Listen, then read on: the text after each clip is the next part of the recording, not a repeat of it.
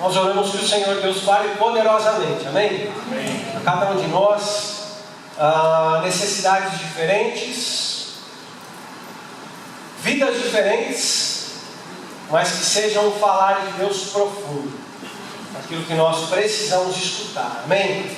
Hoje eu vou falar, às vezes a gente popularmente diz acerca da nossa vida. Às vezes quando uma pessoa passa por problemas, ela fala assim, minha vida está um pouquinho saindo do trilho, né? E bom seria que nós sempre estivéssemos com a nossa vida no trilho, amém? Hoje eu vou falar sobre manter a vida no trilho. E eu gostaria de convidar você a ler a Bíblia. Abrir a tua Bíblia em Tiago, capítulo 5, verso 13, é o texto da sequência. A carta de Tiago está chegando ao fim. Nós já, como igreja, temos orado para que Deus abençoe o tema das próximas mensagens, da próxima série de mensagens. Hoje eu leio com os irmãos Tiago 5,13. Na minha versão, que é NVI, diz assim: entre vocês, há alguém que está sofrendo? Que ele ore. Há alguém que se sente feliz? Que ele cante louvores. Eu vou ler novamente. A pergunta: entre vocês há alguém que está sofrendo? E a resposta: que ele ore. Há alguém que se sente feliz? Que ele cante louvores. O título da mensagem hoje é orar sempre. E eu quero dar ênfase à primeira metade do versículo. Eu quero falar hoje sobre sofrer e orar, para na semana que vem falar sobre estar feliz e cantar louvores. Há muita coisa para ser dita para que a gente faça uma mensagem sobre as duas. Hoje eu gostaria de falar sobre sofrer e orar. Eu já falei numa mensagem 2 ou 3 domingos atrás que não há como nós fugirmos do sofrimento, não é verdade? O sofrimento, ele é inerente à vida. Eu e você não temos como deixar de sofrer. E hoje eu gostaria de falar um pouco acerca dessa ordem que nos é dada para que nós, sofrendo, oremos. Para que nós, por conta do sofrimento, que nós busquemos a face e a presença do Senhor em oração. Por que nós devemos orar no sofrimento? O que pode mudar na minha e na sua vida em relação ao nosso sofrimento, se nós orarmos, se nós buscarmos a face de Deus? Quais as consequências que a oração, quando eu e quando você sofremos, quais as consequências que a nossa oração pode ter na nossa vida? Em primeiro lugar, eu creio que a oração, ela pode nos proporcionar conforto. Quando nós falamos de sofrimento, nós falamos de dor. Quando nós falamos de sofrimento, nós falamos de uma dor que pode ser física ou pode ser uma dor da alma. E quando nós falamos de sofrimento, quando nós falamos de dor, nós falamos, por consequência, de um desejo, de uma necessidade de alívio. Então, se nós sofremos, nós desejamos ser aliviados na nossa dor. Seja uma dor física, seja uma dor da alma. Quem sofre, quem passa por dor, quem sente dor, quer ter a dor aliviada, certo? Se nós pensarmos em uma dor física, se nós pensarmos em um problema simples, isso vai exigir também uma ação simples. Então você está começando ali a sentir uma dor de cabeça. Hoje de manhã, eu e o Tarso conversando ali na porta da igreja, ele falou: amanheci com dor de cabeça, tomei um remédio e agora vou passando. E uma questão simples, uma ação simples. Vai lá, toma um remedinho, graças a Deus passou. Agora, há problemas mais sérios. Por exemplo, uma cirurgia de peito aberto. O sujeito tem de ter o peito cerrado. Eu nunca vi, mas quem já viu me disse que é assim mesmo. Sabe aquele serrote que segura que o operador segura com duas mãos? Que tem ali as duas assim, alças, né? E tem um serrote. Abre o peito do cara com aquilo assim.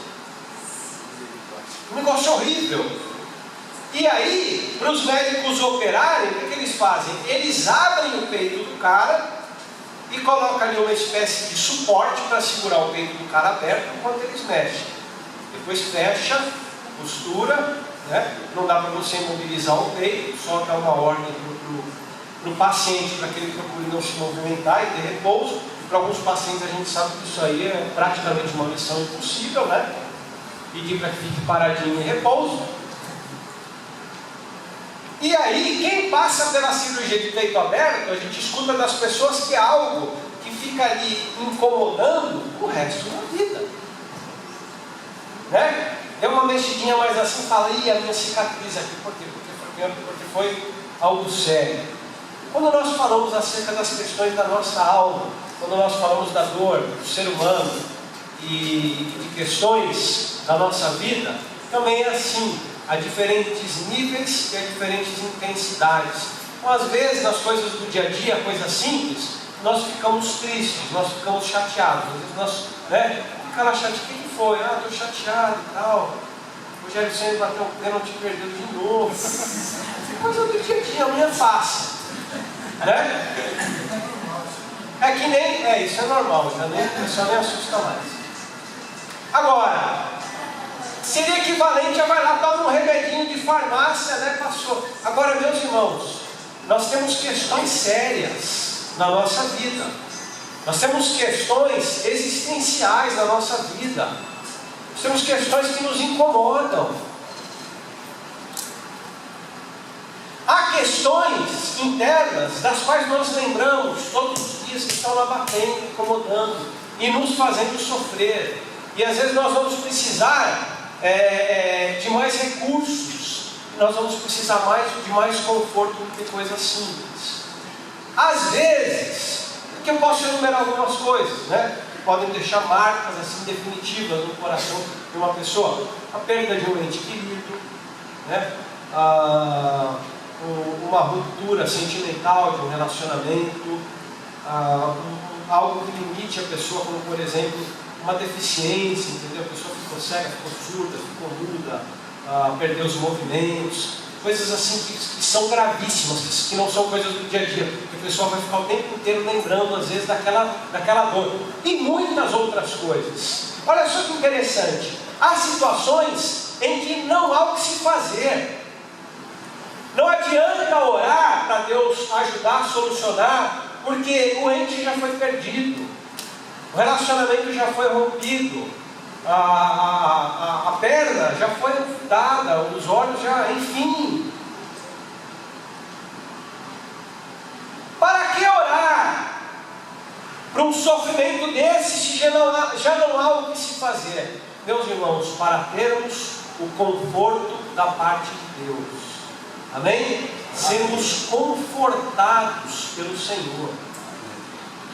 Alguém está sofrendo, ore. E ele não põe aí. Por que orar? Porque na oração, saiba que Deus vai confortar o teu coração. E saiba você, e algo que eu vou repetir no final da mensagem também, saiba você que nem é algo que ele vai fazer ali no ato imediatamente. Deixa eu dar uma oradinha aqui, porque Deus vai consolar meu coração agora nesses minutos em que eu vou orar. Não é isso. Quando nós falamos de orar, se alguém está sofrendo, ore, procure um relacionamento verdadeiro, íntimo com Deus. E saiba que Deus vai tratar sim as feridas do teu coração na oração. Amém. Ele vai tratar para que esse seu sofrimento seja amenizado, para que você possa passar por isso. Quando nós oramos, quando nós buscamos a face de Deus, quando nós desenvolvemos um espírito que ora, um espírito de oração, como eu falei, não necessariamente eu vou orar aqui para que Deus me conforte agora, não, mas quando nós temos uma dinâmica, uma rotina de oração, cada vez que nós oramos, nós vamos poder escutar o Espírito do Senhor dizendo o seguinte: você está orando, eu estou aqui, eu estou escutando, pode falar, eu estou com você. Senhor, está aqui meu coração, está aqui meu sofrimento, eu não aguento mais. Senhor, por favor, faz alguma coisa. E o Senhor lá com o seu Espírito: eu estou aqui, pode falar, eu estou com você. E experimentarmos na oração esse conforto do Senhor. Há uma questão muito delicada. Nós temos tratado aqui nos domingos pela manhã, eu tenho tratado um pouco sobre interpretação da palavra. E há uma série de coisas sobre interpretação. Eu falei um pouquinho para a classe entender sobre tradução. O trabalho de tradução ele é muito mais complicado do que a gente acha. Tá? O trabalho de tradução da Bíblia ele é muito mais complicado do que você pode imaginar. E um dos textos um texto clássico, eu acredito que seja o texto, se não o mais famoso, o mais conhecido da Bíblia, certamente é o mais conhecido do Antigo Testamento, que é o Salmo 23, que diz: o Senhor é meu pastor e nada me faltará. Está decorado assim, tá? O Senhor é meu pastor e nada me faltará. E a questão ali, meus irmãos, é o seguinte: no original, no hebraico, diz: o Senhor, meu pastor, e aí diz assim: não me faltará. O Senhor, meu pastor, não me faltará. Na NVI, ele já mudou um pouco esse "e nada me faltará" por "de nada terei falta",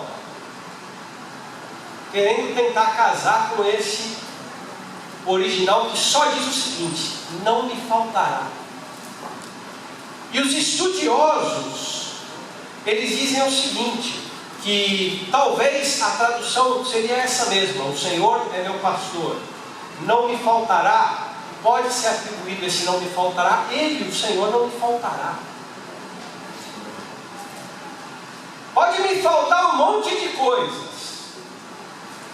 ele não vai me faltar. Aleluia. E aí, como diz Paulo, porque Paulo vai dizer isso lá em 2 Coríntios, capítulo 4, ele vai falar do desespero. Olha, Paulo, podemos estar desesperados, podemos estar descabelados, podemos estar uma dificuldade enorme. Mas ele fala: mas nunca, somos atribulados, mas não desanimamos. Ele tem aí todo um jogo de palavras, mas um pouco nesse espírito. Olha, pode faltar tudo, o Senhor, ele não vai me faltar. Amém. Ele não vai me faltar. Então, quando nós oramos no sofrimento, quando nós esperamos ali do conforto do Senhor, nós temos o Espírito de Deus dizendo assim: olha, eu estou aqui, eu sempre vou estar aqui, eu não vou te faltar. Podem te faltar outras coisas que você gostaria de ter, eu não vou te faltar. Glória a Deus. Eu estarei aqui. E aí, sendo confortados pelo Senhor. O sofrimento, nós oramos porque precisamos do conforto de Deus. E do conforto de Deus, que é diferente do conforto dos homens, do conforto que nós podemos dar uns aos outros. Diz Filipenses, capítulo 4, verso 7: e a paz de Deus, que excede todo o entendimento, que está fora dos padrões de compreensão do ser humano. Essa paz de Deus guardará os seus corações e as suas mentes em Cristo Jesus. Então, por que nós devemos orar? Tiago diz: alguém entre vocês está sofrendo? Ore. Por quê? Porque na oração você vai conhecer o conforto de Deus. Só na oração, só no relacionamento com Deus que você vai experimentar o conforto de Deus, que é diferente do conforto que nós podemos dar uns aos outros. E dentro desse espírito que eu trouxe há alguns minutos atrás, há situações em que já não há mais o que se fazer, situações consolidadas, situações consumadas.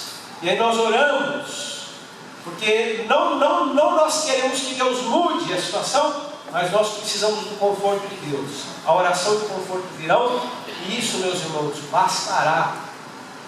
Da mesma forma como nas nossas relações interpessoais, às vezes um amigo, uma amiga, um familiar passa por uma desgraça em relação à qual você não pode fazer nada, mas você está lá do lado, você está próximo, você pega e fala: olha, eu estou aqui com você, nós vamos passar por essa juntos, pode contar comigo, pode contar com o meu apoio, com a minha presença, com a minha amizade.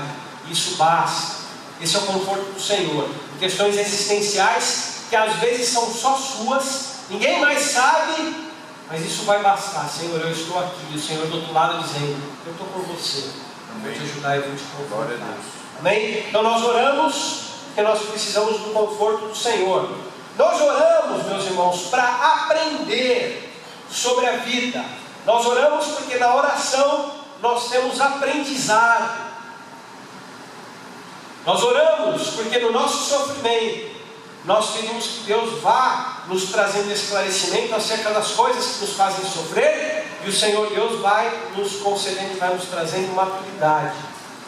Não, repito, no momento, eu vou orar aqui para que Deus me torne maduro, não, mas no relacionamento com Deus e numa dinâmica de oração, o Senhor Deus vai nos ensinando questões acerca da vida. Ele vai nos ensinando que na vida, como Jesus disse, nós teríamos aflições, mas que a vida, apesar de suas dificuldades, ela não é intransponível, não é algo pelo qual você não vai conseguir passar. Com as nossas dores e dificuldades, nós conseguiremos, teremos as dificuldades, as aflições, mas sofrendo e orando, Deus vai nos ensinando a viver. Eu li uma pesquisa de um conselho pediátrico, que eu não me lembro o nome, mas uma pesquisa que foi feita da diferença entre crianças estadunidenses e crianças europeias, e da diferença que pediatras dos Estados Unidos, a diferença do tratamento do pediatra dos Estados Unidos e do pediatra europeu, e dos pais dos Estados Unidos e dos pais europeus. E essa pesquisa revelou que na Europa se usa muito menos ansiolíticos para crianças, remédio para crianças depressivas, crianças que já estão vivendo ali uma aflição, né, em um estágio muito avançado. Na Europa, usa-se esse medicamento com muito menos frequência do que nos Estados Unidos. E a descoberta que esse conselho pediátrico fez foi a seguinte, de que os pais europeus, eles são orientados pelos pediatras no seguinte sentido: a criança chorou, o bebê chorou, e olha que nós estamos falando aí dos primeiros meses de vida. O bebê chorou de noite, ele está alimentado? Está. Ele está agasalhado? Está. Ele não está com nenhum desconforto aparente, a posição, o frio, algum incômodo de luz, etc. Não, não está. Ele só está chorando. Você deixa ele chorar.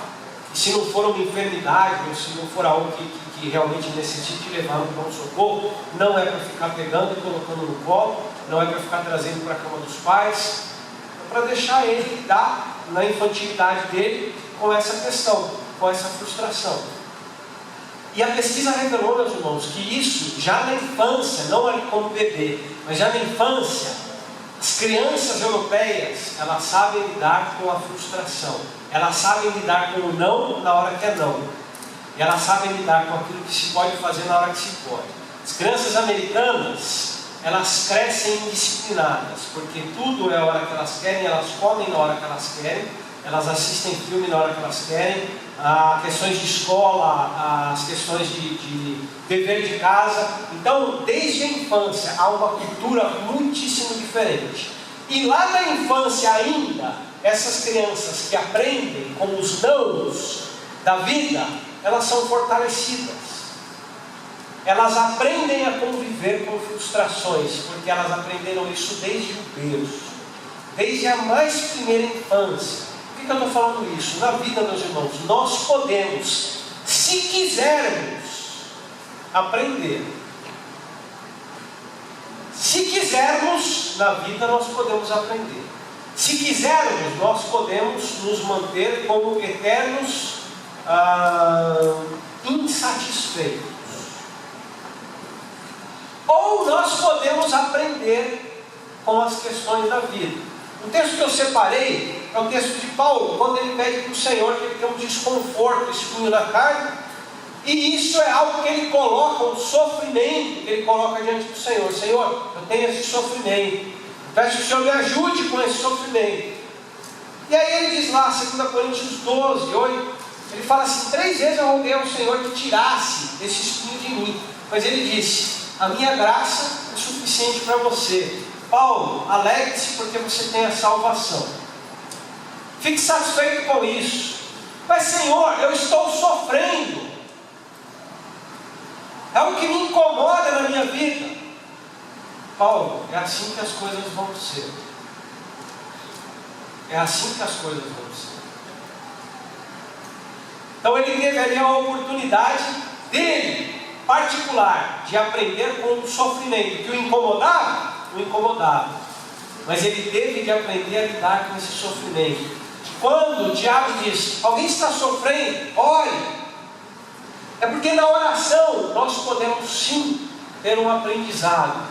Numa vida e num relacionamento verdadeiro de comunhão com Deus, nós podemos aprender coisas acerca da vida. E nós podemos aprender coisas acerca da nossa vida em especial.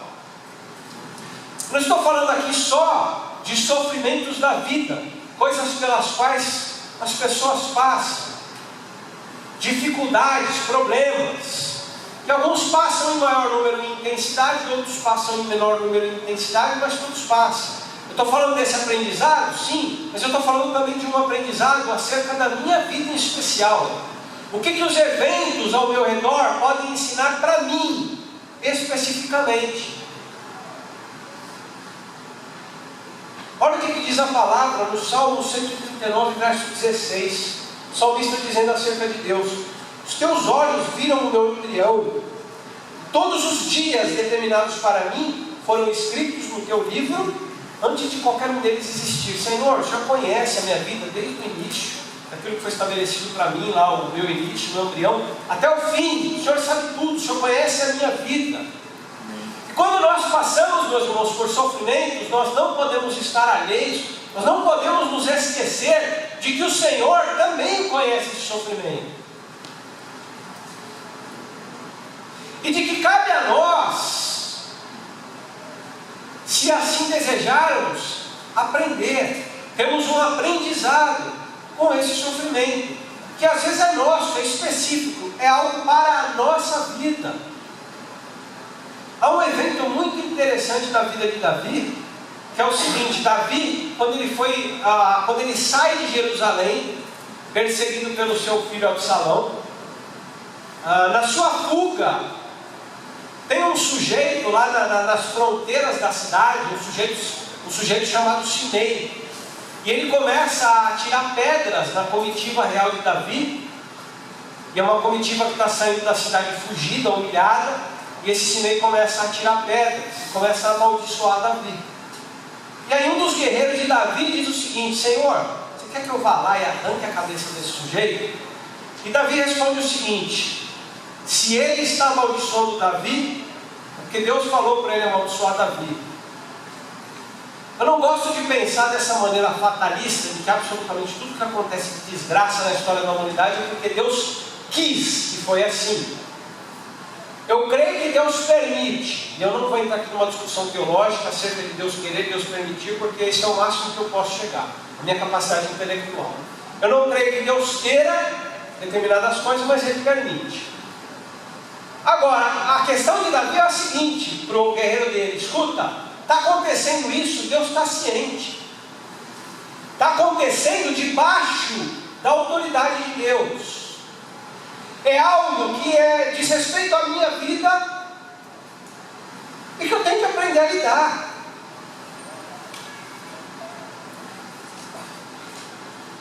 Como isso, meus irmãos, muitas vezes é doído.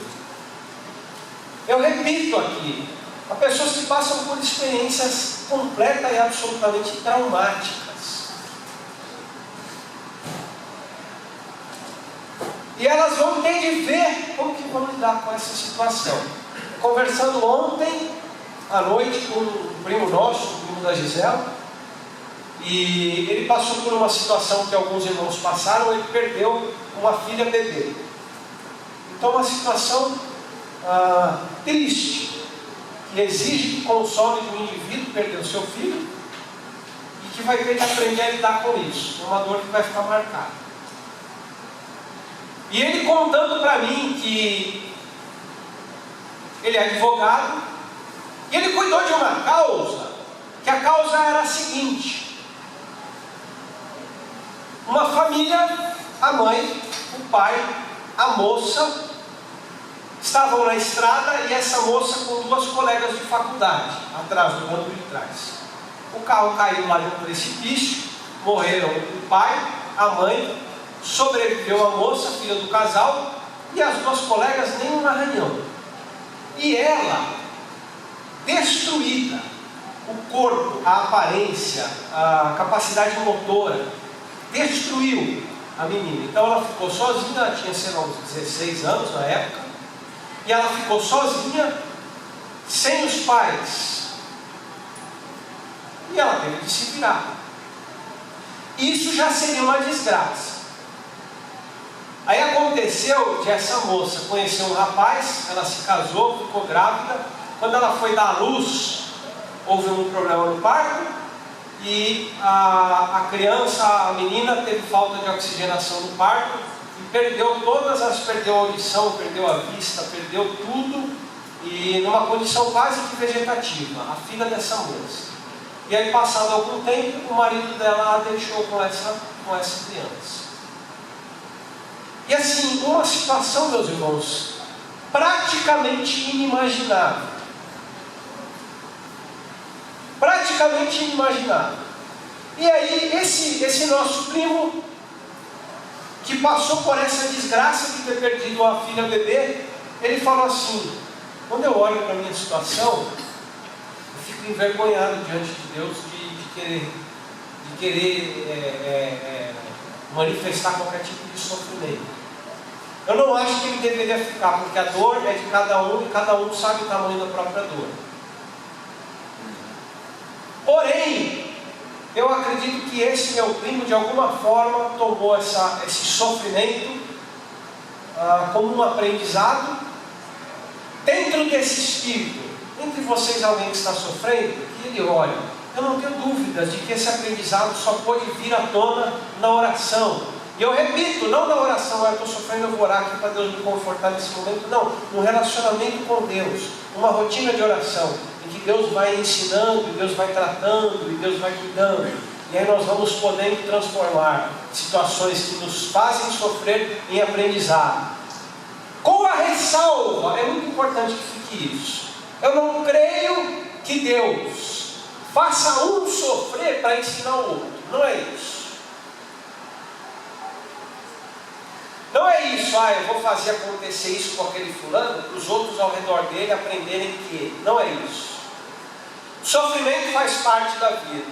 E eu creio que nós podemos sim olhar ao nosso redor e aprender qual é o papel que as coisas ruins que acontecem ao nosso redor, papel que essas coisas têm na minha vida e na tua. E com isso, e em espírito de oração, aprender. Então, há entre vocês alguém que sofre? Olhe, por quê? Porque vai ser confortável, porque vai aprender, Deus vai estar trabalhando no coração, Deus vai estar ensinando. Então, no sofrimento, nós oramos para entender os sofrimentos e os nossos sofrimentos, não o sofrimento de forma geral. Sofrimento sim, nós oramos para que Deus nos ensine acerca da vida, agora para que Deus ensine acerca dos nossos sofrimentos. É aí na oração, é aí no relacionamento íntimo com Deus, que Ele vai estar trabalhando o aprendizado na nossa vida. Amém? Amém. E por último, por que nós oramos quando sofremos? Para sermos alimentados de esperança.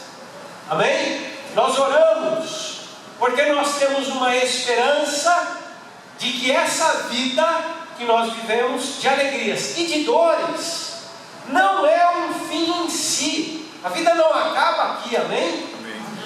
Nós vivemos com expectativas futuras. Nós vivemos com expectativas da eternidade. Essa é a nossa vida. Nós vivemos aqui com o olho ali.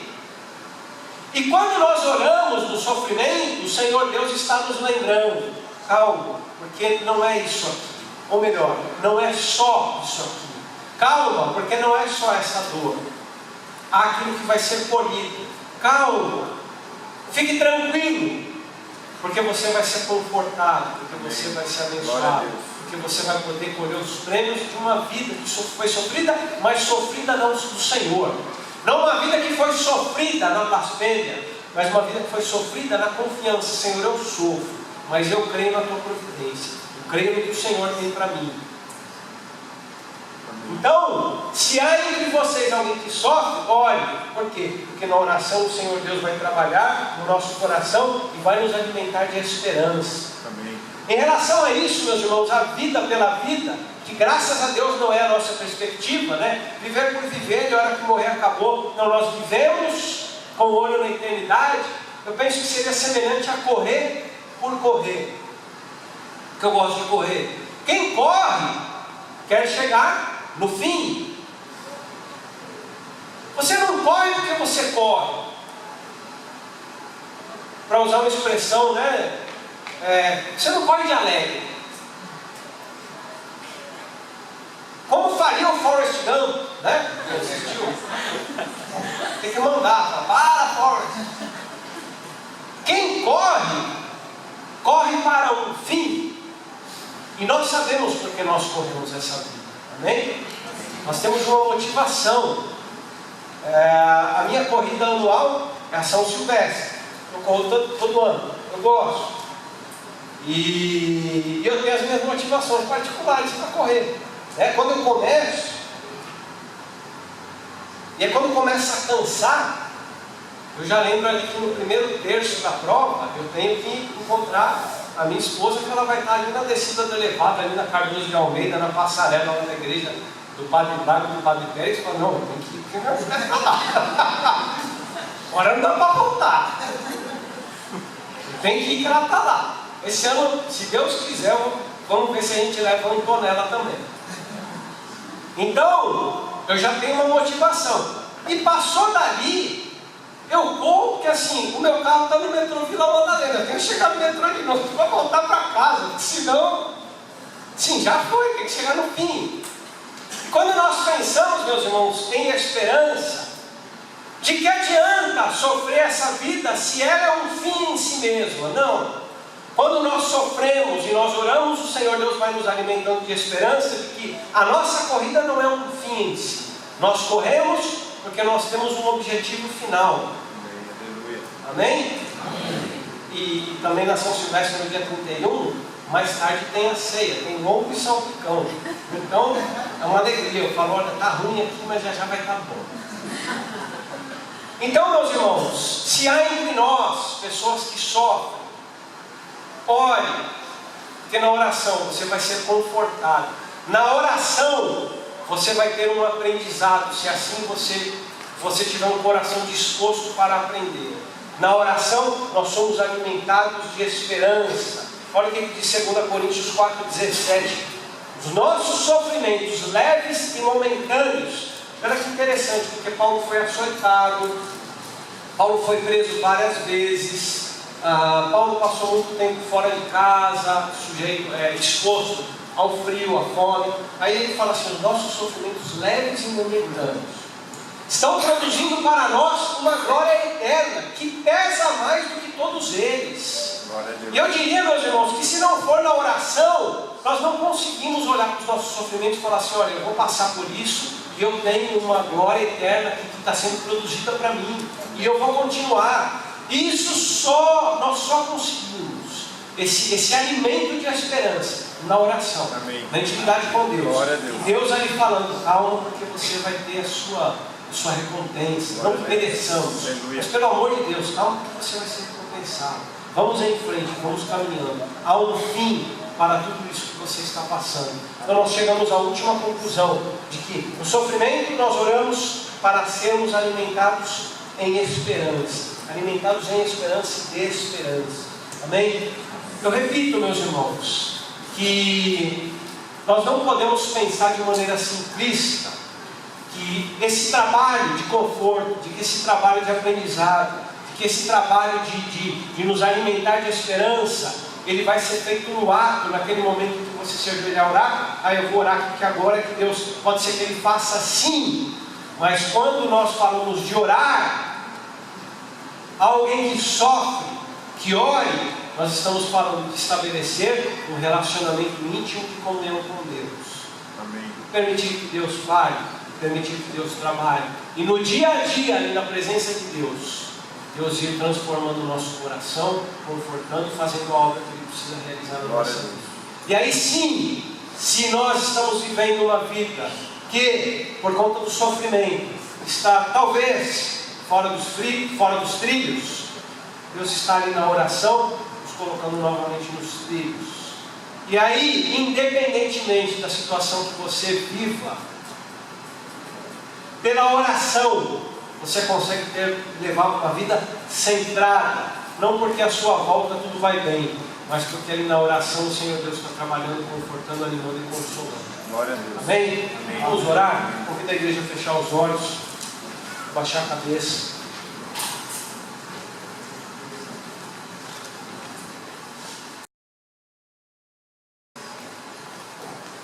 Talvez por alguma razão você não tenha lançado mão desse recurso com frequência, a oração. Talvez você até desconfie do poder de Deus para trabalhar de maneira tão incisiva e poderosa na sua vida por meio da oração. Talvez você pense que o que passou já passou, não há o que ser feito, e nada pode te consolar, nada pode te amparar, nada pode te devolver a esperança. Eu queria desafiar você a buscar a face do Senhor. Eu queria desafiar você a procurar um relacionamento de intimidade com Deus, de derramamento do coração, e dizer: Senhor, eu estou aqui, estão aqui os meus sofrimentos, Senhor. Eu entrego aqui, eu não sei o que fazer com eles. Coloque diante do Senhor. Peça para que Deus trabalhe. Peça para que Deus vá movendo pelo teu interior. E vá te mostrando que assim a possibilidade da cura, assim a possibilidade do conforto, assim a possibilidade do ânimo, da esperança, mesmo na maior desgraça, tem o poder de Deus. Coloque-se diante do Senhor. Peça para que Ele trabalhe isso no teu coração. Senhor Deus, obrigado pela Tua palavra, Senhor. Nós como igreja, Senhor, nós somos agradecidos pelo Teu amor derramado sobre a nossa vida todos os dias. Nós não desejamos sofrer, mas nós pedimos com humildade que quando precisarmos sofrer, que nós nos lembremos que temos um Deus de amor, temos um Deus de conforto, temos um Deus de ânimo, temos um Deus de esperança. Senhor, que o Teu Espírito Santo nos lembre isso a cada dia. Glória a Deus. Essa é a nossa oração no nome santo de Jesus. Amém.